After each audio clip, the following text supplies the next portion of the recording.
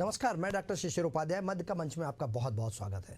मध्य प्रदेश में कलेक्टर और अन्य प्रशासनिक अधिकारियों के या पुलिस अधिकारियों के दूसरे अन्य अधिकारियों के तबादलों पर लगाम कसने के बाद अब डॉक्टर मोहन सरकार ने यह फैसला किया है कि उनकी परफॉर्मेंस के आधार पर उनको आंकेंगे और उसके बाद उनकी परफॉर्मेंस जिसकी बेहतर होगी उसको उन मानकों के आधार पर आगे की जो पदस्थापना है वो की जाएगी। 400 से अधिक मानकों के आधार पर तय की जाएगी, जिसमें शासन की प्राथमिकताओं को भी खास तवज्जो दी जाएगी, जिसमें गर्मी के मौसम में गेहूं खरीदी, जून में स्कूल कॉलेज एडमिशन, बारिश में बाढ़ प्रबंधन, त्योहारों पर कानून व्यवस्था, साल भर उद्योग स्थापना जैसी गतिविधियां, सब कुछ इन रेटिंग सिस्टम में दर्ज होगा। हर विभाग से जुड़ी योजनाओं के पैरामीटर जुटाए जा रहे हैं और सारे पोर्टल आपस में जुड़े हुए हैं, यानी कलेक्टर हों या अन्य अधिकारी हों, अब फील्ड में ही नहीं कंप्यूटर स्क्रीन पर भी स्कैन किए जाएंगे। दरअसल पहले कलेक्टरों की या अन्य अधिकारियों की रेटिंग स्टेट कॉल सेंटर के फीडबैक पर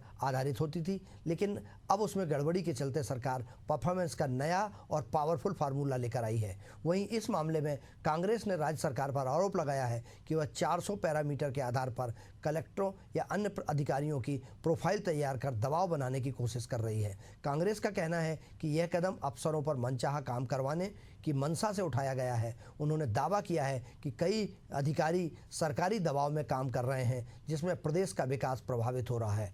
कांग्रेस ने सवाल भी उठाया है कि अगर 21 साल बाद भी यह कवायद हो रही है तो अब तक अफसर कैसे काम कर रहे हैं। हम चर्चा के लिए आगे बढ़ें, उसके पहले सुनते हैं कि माननीयों ने इस मुद्दे पर क्या कहा है। सरकार की जो नियत है 400 पैरामीटर के बोलकर कलेक्टरों की कुंडली बनाने का, ये अप्रत्यक्ष रूप से कलेक्टरों पे दबाव बनाकर अपने मन चाहे हिसाब से उनसे काम करवाना है। अभी भी मध्य प्रदेश में जो कलेक्टर काम कर रहे हैं वो सरकार के दबाव में ही कर रहे हैं।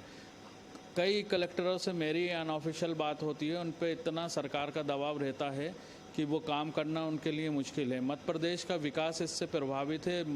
जो सर्विस रूल बोलता है आईएएस ऑफिसरों के, उसके हिसाब से उनको काम करने की छूट इस मध्य प्रदेश में पिछले 21 साल से नहीं मिल रही है।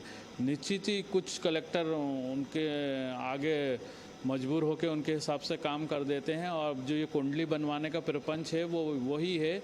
जो कलेक्टर उनके हिसाब से नहीं काम कर रहे हैं उन पे दबाव बनाकर उनकी कुंडली बनाकर उनसे गलत काम कराने की भाजपा सरकार की मंशा है। भारतीय जनता पार्टी का मूल मंत्र उत्कृष्टता, रिफॉर्म परफॉर्म एंड ट्रांसफॉर्म।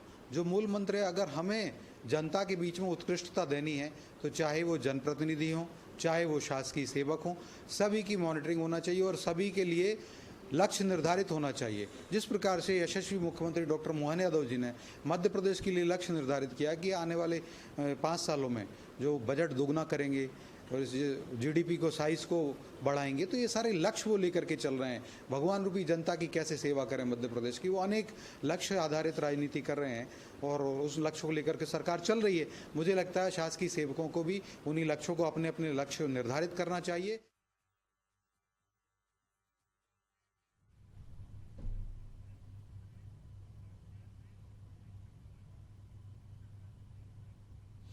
देखा आपने, भारतीय जनता पार्टी हो या कांग्रेस हो, सबका अपना अपना कहना है, लेकिन डॉक्टर मोहन यादव की सरकार प्रयास सिर्फ यह कर रही है कि बेहतर काम ले सकें अधिकारियों से, इसलिए सबकी अपना अपना तरीका होता है। भाजपा की सरकार है तो भाजपा अपने तरीके से कर रही है। इसके पहले शिवराज सिंह चौहान जी की सरकार थी, वो अपने तरीके से करते थे। जब कमलनाथ जी की सरकार थी तो वो अपने तरीके से करते थे। उमा भारती ने अपने तरीके से काम किया था, या बाबूलाल गौर जी ने अपने तरीके से काम किया था। तो ये सबका अपना अपना पैटर्न है, लेकिन विरोध के लिए विरोध ये कहाँ तक जायज़ है। आइए हम इसी मुद्दे पर चर्चा करते हैं, और हमारे साथ चर्चा में भाग लेने के लिए कांग्रेस के प्रवक्ता के रूप में श्री हर्ष जैन जी हैं। हर्ष जी, आपका बहुत बहुत स्वागत है। इसके साथ हमारे साथ वरिष्ठ पत्रकार, समीक्षक, समालोचक पंडित रमेश शर्मा जी हैं। रमेश जी, आपका बहुत बहुत स्वागत है। मैं आपके पास ही आना चाहता हूं, क्या आपको लगता है कि हर सरकार का अपना काम है, सरकार को अपने तरीके से करना चाहिए? अगर उन्होंने पैरामीटर बनाए हैं तो इससे प्रदेश की भलाई होगी, प्रदेश में एक अच्छा संदेश जाएगा, अधिकारियों को ये लगेगा कि ये हमको इन पैरामीटरों का ध्यान रखना है। तो इसमें कहाँ आलोचना की बात आती है कि इस तरीके से उस पर कांग्रेस आरोप प्रत्यारोप कर रही है? मोटे तौर पर यह बात बिल्कुल सही है कि अगर सरकार ने कुछ मानदंड स्थापित किए हैं, कुछ पैरामीटर बनाया है, तो उसके अनुरूप काम करना चाहिए कलेक्टरों को, और इसमें विपक्ष को इस मुद्दे पर राजनीति नहीं करना चाहिए। एक बात तो ये हुई। अब दूसरी बात जहां तक आती है, जहां तक कलेक्टरों का आता है, कलेक्टरों की पूरा का पूरा सिस्टम वो अंग्रेजों के जमाने का बना हुआ है। उनको उसी जमाने के उसमें अधिकार है। सरकार कांग्रेस की रही हो या विपक्ष की रही हो, वो अपने हिसाब से ही काम करते हैं। उन सरकारों को अगर कुछ असुविधा होती है, वो कांग्रेस की हो या विपक्ष की हो, वो कहीं ना कहीं प्रशासन तंत्र के वजह से होती है। वो प्रशासन तंत्र की गड़बड़ी पर हर सरकार ने, हर प्रमुख व्यक्ति ने उंगली उठाई है। उसमें राजीव गांधी भी एक हैं, उसमें अटल जी भी एक हैं, उसमें सारे लोग एक हैं। तो मोटे तौर पर मैं समझता हूं कलेक्टरों की खिंचाई जरूर होनी चाहिए, और बल्कि मेरी दृष्टि में से जो उन्होंने अभी पैरामीटर बनाया है, मेरी दृष्टि में तो इससे और सख्त होना चाहिए। वो प्रशासन तंत्र पर नियंत्रण के अगर कोई सरकार कुछ कदम उठाती है तो विपक्ष को उसमें सहयोग करना चाहिए। राजनीति में क्या हो गया है कि कहीं ना कहीं जैसे कि सरकार अगर कांग्रेस की है और वो थोड़ा सा सख्ती करेगी तो भाजपा उसका विरोध करेगी, भाजपा अगर सरकार में है और वो सख्ती करेगी तो कांग्रेस उसका विरोध करेगी। यानी विपक्ष में जाते ही उनकी पाले जो भाषा है वो बदल जाती है। तो मैं समझता हूं प्रशासन तंत्र को लेकर के नियंत्रण होना चाहिए। प्रशासन तंत्र की अपनी कार्यशैली है। सरकार में बदलते कितने लोग हैं, मुश्किल से 30-32 मंत्री, बाकी पूरा सिस्टम पटवारी से लेके कलेक्टर तक, सिपाही से लेकर डीजी तक, वो सारा का सारा सिस्टम तो पुराना ही है। उनका अपना काम करने का तरीका है, उसमें बिल्कुल बदलाव आना चाहिए। स्वतंत्र भारत के जो भी मान बिंदु हैं उसके अनुरूप प्रशासन को कार्रवाई करनी चाहिए, और कोई सरकार अगर इस पर नियंत्रण करती है, सबको मिलकर के साथ देना चाहिए प्रशासन तंत्र की शक्ति को लेकर के। जी रमेश जी, एक बात और सामने आती है, जैसा आपने कहा अंग्रेजों के ज़माने के, ये जिलों में पहुंचते हैं, चाहे कलेक्टर हो, चाहे एसपी हो, चाहे कमिश्नर हो, चाहे आईजी हो, बहुत सारे अधिकारी जिलों में पहुंचने के बाद इनके पास जो अधिकार होते हैं वो बेतहासा अधिकार होते हैं, और उनका कहीं ना कहीं मिसयूज सामने आता है। तो अगर सरकार उस पर नियंत्रण कर लेती है और सरकार उस पर यह प्रयास करती है कि इन पर जो सरकार के निर्देश है उसका ये पालन कराएं, तो इसमें मुझे ऐसा लगता है कि इससे तो सिस्टम सुधरेगा। निश्चित रूप से इसमें सुधार होगा। और शिशिर जी, इसका नाम कलेक्टर क्यों पड़ा? क्योंकि अंग्रेजों के जमाने में उसको पैसा इकट्ठा करने का, कलेक्ट करने के ही सारे के सारे पावर थे, इसके अलावा कोई काम नहीं था। जो भी कुछ काम करते थे, अंग्रेज सरकार को कैसे अधिक पैसा मिले, कैसे कलेक्शन बढ़े, इसीलिए उसका नाम कलेक्टर है। मान करके चलिए, मेरा अपना अनुभव, मैं ये दावा नहीं करता कि मुझे जो या मैंने जाना वही सही हो सकता है मेरा सारा गलत, लेकिन मेरे अपने अनुभव से लगभग 85% पावर प्रशासन तंत्र के हाथ में ही होता है। राजनेता केवल उसके अनुरूप काम करते हैं। कितने से निर्णय होते हैं, राजनेता लेते हैं और कलेक्टर मना कर देते हैं, फाइलें घूमती रहती हैं। तो कुल मिलाकर के इस पर कलेक्टर को, अगर प्रशासन को सख्ती की कोई बात हो रही है तो इस पर तो कहीं ना कहीं सख्ती होना ही चाहिए। जी बिल्कुल बिल्कुल। रमेश जी हमारे साथ हर्ष जैन जी हैं। हर्ष जी, आपने सुना अभी जैसा रमेश जी ने कहा, आपको लगता है कि जो नियंत्रण करने की बात है, उनका कहना है कि सरकार में कुछ ही लोग बदलते हैं, बाकी तो पूरा सिस्टम प्रशासन के हाथ में ही रहता है, पटवारी से लेके कलेक्टर तक, कमिश्नर तक, आईजी, डीजी, चीफ सेक्रेटरी सब वही रहते हैं। तो सिस्टम को सुधारने के लिए सबको मिलकर प्रयास करना पड़ेगा। शिशिर जी, पहले तो मैं आपका और आपके श्रोताओं का हार्दिक अभिनंदन करना चाहूंगा जी।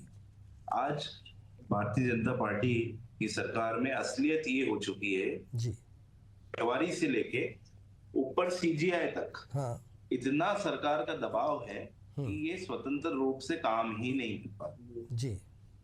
ये ऐसा व्यतीत हो रहा है कि ये एक प्राइवेट कंपनी के सीईओ बन गए हैं, और आप सब जानते हैं कंपनी कौन चला, ये प्रदेश के लेवल में भी है और ये राष्ट्रीय लेवल में भी जी। अनऑफिशियली मेरे कई बार कई कलेक्टरों से, कई एसडीएम, एडीएम से बात होती है जी। वो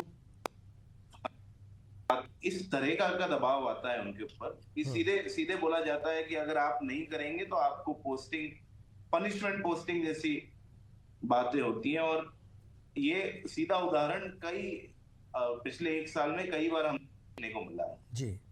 आज मैं ये कहना चाहूंगा, जैसे कि माननीय वरिष्ठ पत्रकार जी ने कहा कि अंग्रेजों ने इनका नाम कलेक्टर बनाया है, पहले ये सरकार के लिए टैक्स कलेक्शन करते थे, अब सरकार में बैठे हुए लोगों के लिए करने लगे। काम अभी तक इनका कलेक्शन ही है, लेकिन पहले ये प्रदेश के हित में, देश के हित में कलेक्शन करते थे, अब निजी हित में करने लगे।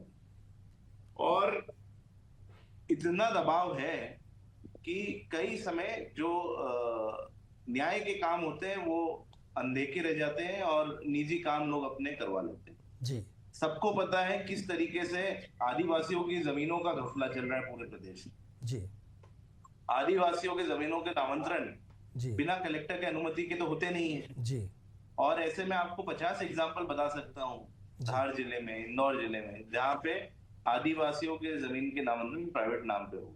जी, तो ये सीधी सी इसमें अंदेशा है कि सब मिली जुली सरकार है जी, और भयंकर दबाव है अधिकारियों के ऊपर। और ये जिस तरीके से नया इनने पैरामीटर बनाया है, जी, ये जो उन थोड़े अधिकारी जो आना चाहते हैं, ईमानदारी से अपना काम करना चाहते हैं, उनके ऊपर दबाव बनाने का एक नया तरीका।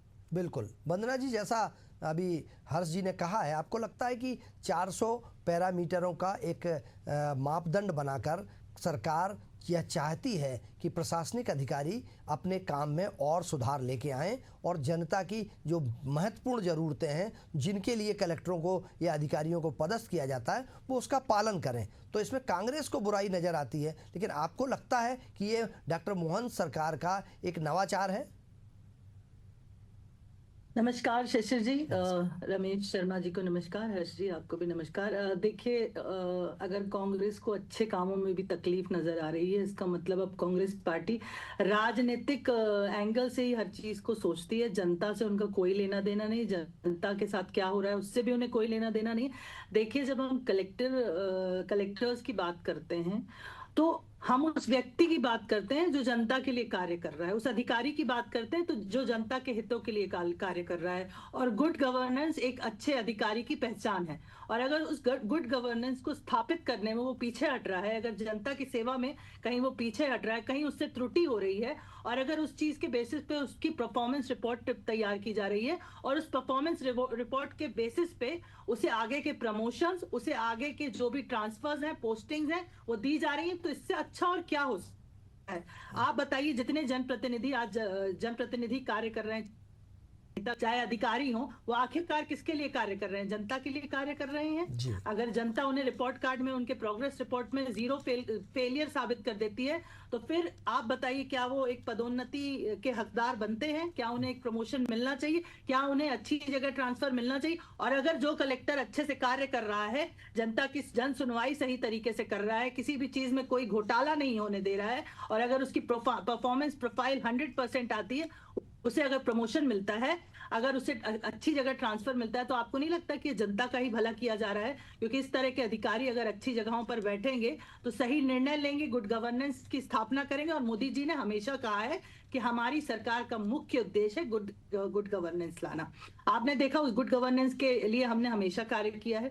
माननीय मुख्यमंत्री श्री डॉक्टर मोहन यादव जी ऐसे मुख्यमंत्री हैं जिन्होंने एक कलेक्टर ने जब एक व्यक्ति से उसकी औकात पूछी थी तो उन्होंने तत्काल प्रभाव से तबादला किया था। ट्रांसपोर्ट कमिश्नर जैसे बड़े पदाधिकारी, जिसको हिलाने में भी लोग सोचते हैं, चाहे वो प्रदेश के मुखिया ही क्यों ना हो। एक हरदा का जो कांड हुआ था, उसके बाद किस प्रकार से ट्रांसपोर्ट कमिश्नर का तबादला कर दिया गया था, सबसे रिपोर्ट मांगी थी। तो एक बात बताइए कि जो ये जन प्रतिनिधि का कार्य कर रहे हैं या जनता के लिए जो अधिकारी कार्य कर रहे हैं, अगर वो जनता के लिए, अपने हितों के लिए कार्य करने लगेंगे, तो क्या उन पर कोई नियंत्रण नहीं लगाया जाएगा? क्या उनका परफॉर्मेंस नहीं चेक किया जाएगा? एक प्राइवेट कंपनी में भी अगर कोई व्यक्ति काम करता है शिशिर जी, तो उसका भी एक परफॉर्मेंस प्रोफाइल तैयार होता है, एक रेटिंग दी जाती है उसे 1 2 3 4 ABCD के बेसिस पे, इस बेसिस पे कि उसने कैसा काम किया। तो अगर एक प्राइवेट एम्प्लॉय का परफॉर्मेंस फॉर्मा तैयार होता है, पोर्टफोलियो तैयार होता है, तो एक अधिकारी का क्यों नहीं होना चाहिए? और क्यों हम अंग्रेजों के जमाए बनाए नियमों पे चल रहे हैं? क्या हम उस ढर्रे से अब बाहर नहीं निकलेंगे? जिंदगी भर अंग्रेजों ने जो हम पर थोप दिया, बस हम उसी पर चलते रहेंगे? प्राइवेट कंपनीज अगर सैलरी हाइक भी देती हैं तो इस बेसिस पे देखती हैं कि उसकी प्रोफाइल में उसकी रेटिंग क्या है। अगर रेटिंग अच्छी है तो ही उसको प्रमोशन या सैलरी हाइक मिलती है, अदरवाइज उसी सैलरी पर कंटिन्यू किया जाता है, या फिर जरूरत पड़ने पर निकाल दिया जाता है। तो ये तो सरकारी कर्मचारी की बात हो रही है, सरकारी अधिकारी की बात हो रही है जो जनता के लिए कार्य कर रहा है। और इसमें अगर हम परफॉर्मेंस नहीं चेक करें, और हमने जो विभिन्न कॉल सेंटर है वहां से रिपोर्ट मंगाई है, हमने ग्राउंड रिपोर्ट्स मंगाई हैं, तो इसमें मुझे तो लगता है सुशासन के तरफ बढ़ता ही मुख्यमंत्री जी का बहुत बड़ा कदम है। कलेक्टर से बड़ा कौन पदाधिकारी होता है बताइए? जिले का कलेक्टर जिले का राजा कहलाता है, और राजा अगर प्रजा का ध्यान नहीं रखेगा तो सुशासन कैसे आएगा? और माननीय मुख्यमंत्री जी हमारे प्रदेश के मुखिया हैं, वो अगर उन राजाओं पर लगाम नहीं कसेंगे तो किस प्रकार से हम सोचेंगे कि हमारा मध्य प्रदेश एक सुशासित तरीके से चलने वाला प्रदेश? फिर तो यहाँ पर माफियाओं का राज होगा, गुंडों का राज होगा, नक्सलियों का राज होगा और आतंकवादियों का राज होगा। फिर तो ये प्रदेश की कमान अगर हम इस प्रकार से किसी के भी हाथ में और गलत लोगों के हाथों में रहने देंगे तो हमारे प्रदेश में तो घोटाले ही घोटाले। और ये कांग्रेस पार्टी यही चलिए चाहती है। रमेश जी आप से याद पूछ लेते करिए हैं। कांग्रेस जी पार्टी के जी काल वंदना में- जी रमेश जी से पूछ लेते हैं। जी आप सही कह रही हैं। रमेश जी क्या लगता है वंदना जी जो कह रही हैं, और अभी आपने जैन साहब को भी सुना है, हर्ष जैन साहब को, तो क्या आपको लगता है कि सुधार की प्रक्रिया तो निरंतर चलती रहना चाहिए? वंदना जी का ये कहना है कि अधिकारियों पर नियंत्रण होना, चूंकि अंग्रेजों के ज़माने की व्यवस्था अब नहीं है, अब व्यवस्था डॉक्टर मोहन यादव अपने हिसाब से करेंगे और जिसकी सरकार आती है वो अपने हिसाब से करता है। ये बिल्कुल सही है कि व्यवस्थाओं में परिवर्तन आना चाहिए और समय के साथ नई नई व्यवस्था आना चाहिए। बल्कि मैं तो एक बात कहूंगा कि ये जो अभी रेटिंग वाला सिस्टम लागू किया जी। है, इससे पहले ये जो आईएएस की ट्रेनिंग जहां होती है जी। उस ट्रेनिंग का पूरा पाठ्यक्रम और उसका पैटर्न बदला जाना चाहिए। जी। इसके अलावा कलेक्टर कोई अगर बड़ा निर्णय लेता है तो उस जिले के अंतर्गत आने वाले सारे विधायकों का, वो किसी भी दल का विधायक हो, सारे जनप्रतिनिधियों, प्रभारी मंत्री, कहीं ना कहीं कलेक्टर को लगना चाहिए कि वो जन सेवक है, वो स्वामी नहीं है, वो जिले का मालिक नहीं है, वो जन सेवक है। तो ये भाव कहीं ना कहीं पैदा होना चाहिए और ये भाव कलेक्टरों की ट्रेनिंग में होना चाहिए। यद्यपि सारे कलेक्टर ऐसे नहीं है, लेकिन न्यूज़पेपर में, मीडिया में ये आती है, घंटों कई बैठाल बार के वो रखते हैं, विधायकों मिलने को से मना एक-एक कर घंटे देते हैं। बैठा कर रखते जी हैं। हाँ। मुझे बताइए आप, जनप्रतिनिधि को 1 घंटे बिठाना, तो मैं समझता हूँ कलेक्टरों की कसावट के लिए कोई सरकार अगर कोई कदम उठाती है तो मैं व्यक्तिगत तौर पर तो उनके पक्ष में हूँ। जी बिल्कुल बिल्कुल रमेश जी। और ये जो आपने कहा, अभी कुछ दिन पुराना ही मामला विधानसभा में भी उठा था और बहुत इस पर चर्चा भी हुई थी कि माननीयों का जिस तरीके से अपमान कुछ हद तक प्रशासनिक अधिकारी करते हैं, तो उस पर हो सकता है डॉक्टर मोहन यादव सरकार ने यह निर्णय लिया हो। आपको लगता है कि जो ट्रेनिंग है उसमें भी सुधार की आवश्यकता है? और ट्रेनिंग के साथ साथ मुझे ऐसा लगता है कि जो कड़ा निर्णय किया है, जैसा अभी वंदना जी ने बताया कि डॉक्टर मोहन यादव ने एक मामले में कलेक्टर को हटा दिया था, कमिश्नर को हटा दिया था। हालांकि ये इतर है कि कुछ दिन बाद वो फिर से एक बड़े ज़िले के, बहुत बड़े ज़िले के कलेक्टर बन गए थे, जिन्होंने किसान के साथ शाजापुर ज़िले में बदतमीजी करी थी और उसी समय तुरंत मुख्यमंत्री जी ने उनको वहाँ से फायर कर दिया था। जी वंदना जी, मैं आऊँगा आपके पास, हर्ष जैन जी के पास आना चाहता हूँ। जी हर्ष जी। देखिए शिशिर जी अभी सरकार में मौजूदा काबीना मंत्री ने जिस तरीके से बयान दिया जी। था, उसके बाद जी जगह जगह पे जब कांग्रेस के कार्यकर्ताओं ने प्रदर्शन किया जी। और सरकारी अधिकारियों ने उनके साथ क्या बर्ताव करा, कैसे अभी मंदसौर में जी। पी ने जी हमारे कार्यकर्ता को, जो कि देश की बेटी के सम्मान में प्रदर्शन कर रहा था, बर्ताव उसके साथ करा गया, उसको पीटा गया, उसको जेल में डाला गया। तो ये बता रहा है कि सरकार का अधिकारियों के ऊपर कितना दबाव है आज। जी पहले के समय आप भी शिशिर जी कब से पत्रकार करते हैं जी। आज पत्रकारों के ऊपर, जी जुडिशरी के ऊपर और सरकारी अधिकारियों के ऊपर जो सरकार का दबाव है, जी। ऐसा आज तक कभी नहीं। जी जी वर्षा जी, आप कुछ जी वंदना जी आप कह रही थी। तरीका ही है, ये भी एक तरीका ही है इनके ऊपर दबाव। और इसके बाद अभी ये आईएएस के ऊपर आए, इसके बाद ये जैसे एक काला कानून मीडिया के ऊपर लाए थे, मीडिया का कंट्रोल चाह रहे थे, वैसे ही उसी टाइप का ये नियम है। शिशिर जी, आपने कलेक्टर महोदय की चर्चा की थी कि उन्हें पनिशमेंट देके उन्हें हटाया गया था और दूसरी जगह उन्हें पदोन्नति दी गई। देखिए, हमारा काम ये नहीं है, हम यहाँ पर कोई हिटलर शाही नहीं लेकर आए हैं कि हम किसी कलेक्टर से कोई बदला लेने के लिए यहाँ बैठे।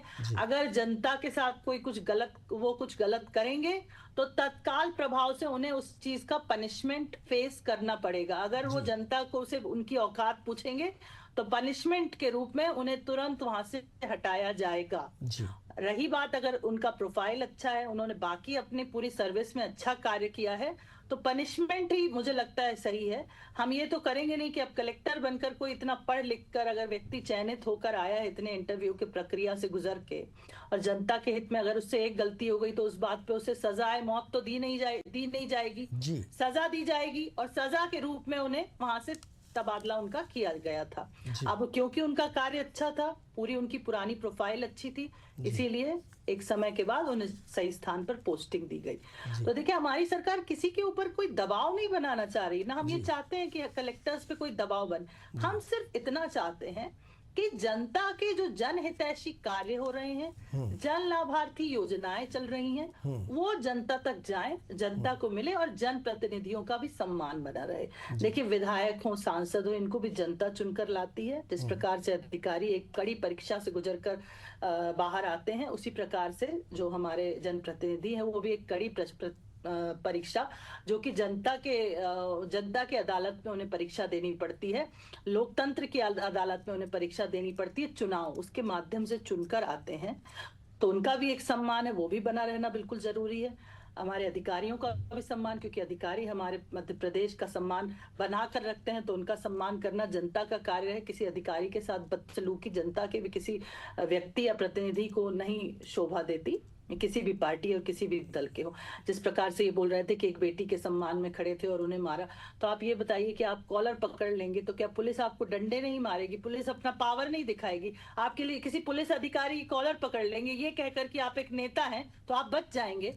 अभी तक सही नहीं है। अगर कोई पुलिस वाला है जो वो अगर अपना कार्य अच्छे से कर रहा है और उसमें कोई बाधा डालेगा तो उसे रोका जाएगा, वो किसी भी पार्टी का हो और किसी भी दल का हो, कुछ भी हो।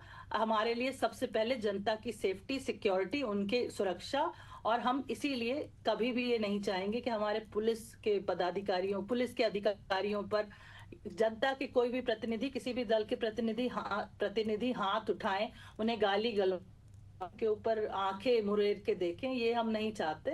हम किसी के वर्किंग स्टाइल में इंटरफेयर नहीं करना चाहते। हम सिर्फ ये चाहते हैं कि हर कोई अपना कार्य अच्छे से करे, चाहे वो कलेक्टर्स हो, चाहे वो पुलिस ऑफिसर्स हो, चाहे वो पुलिस डिपार्टमेंट हो, सब अपना काम अच्छे से करे, जनता को किसी भी प्रकार की असुविधा ना हो। यही हमारा मुख्य उद्देश्य है। यही माननीय शुभंकर मुख्यमंत्री मध्य प्रदेश माननीय डॉक्टर मोहन यादव जी चाहते हैं कि सुशासन की स्थापना मध्य प्रदेश में जिस प्रकार से है वो चलती रहे। मध्य प्रदेश कभी भी अराजकता की चपेट में ना आए। यहाँ पर किसी का भी एक छत्र राज नहीं चलेगा। हर्ष जी, आप कुछ कह रहे थे, हर्ष जी जवाब देना चाह रहे थे, जी बताइए। देखिए शिशिर जी, आज मैं बताना चाहूंगा कई पार्टी की इनके विधायकों से ज्यादा टॉप बॉस कलेक्टर की सुन रहे हैं। इनके विधायक खुद समझ रहे हैं कि आज ऐसी स्थिति हो गई कि विधायकों की पूछ परख नहीं हो रही और जो अधिकारी डायरेक्ट कलेक्शन करके दे रहे हैं उनकी पूछ परख ज्यादा हो रही है सरकार में जी। तो शिशिर जी, ये पूरी तरीके से भ्रष्टाचार में डूबी हुई सरकार है। ये कल इंदौर में जिस तरीके से इन्हें कैबिनेट के आयोजन में दिखाया कि हम कर्ज लेके घी पी रहे हैं, ये तो हालत है सरकार की। लगभग 4 लाख करोड़ का कर्ज हो रहा है और चांदी के सिंहासन में, चांदी की थालियों में बैठ के खाना खा रहे हैं। जितने अधिकारी वहां पे गए हुए थे, आप देखें सबने अपने इंस्टाग्राम पे फोटो डाली है। कोई सीएम के साथ फोटो डाल रहा है, कोई वो सिंहासन पे बैठ के फोटो डाल रहा है। तो ये मैं कहना चाहूंगा कि अधिकारी हैं, ये निष्पक्ष हैं कि ये कोई पार्टी के अधिकारी हैं, ये भी आज एक बहुत बड़ा सवाल है। तो हर्ष जी, लेकिन मैं रमेश जी के पास समय की बहुत कमी है। रमेश जी, कम शब्दों में, क्या आपको लगता है कि प्रशासन में बैठे अधिकारी सत्ता के साथ गलवहियां करने लगते हैं और इसीलिए आरोप लगते हैं उनके ऊपर? नहीं, ये बिल्कुल ऐसा नहीं। सरकार किसी की भी हो, प्रशासन अपने ढंग से काम करता है, राजनीति अपने ढंग से काम करती है।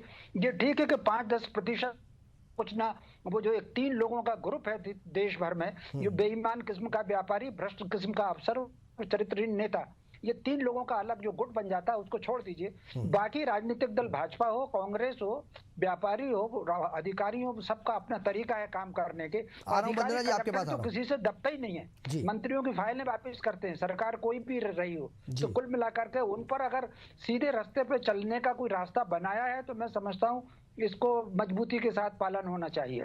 जी, वंदना जी, आप कुछ कह रही थी?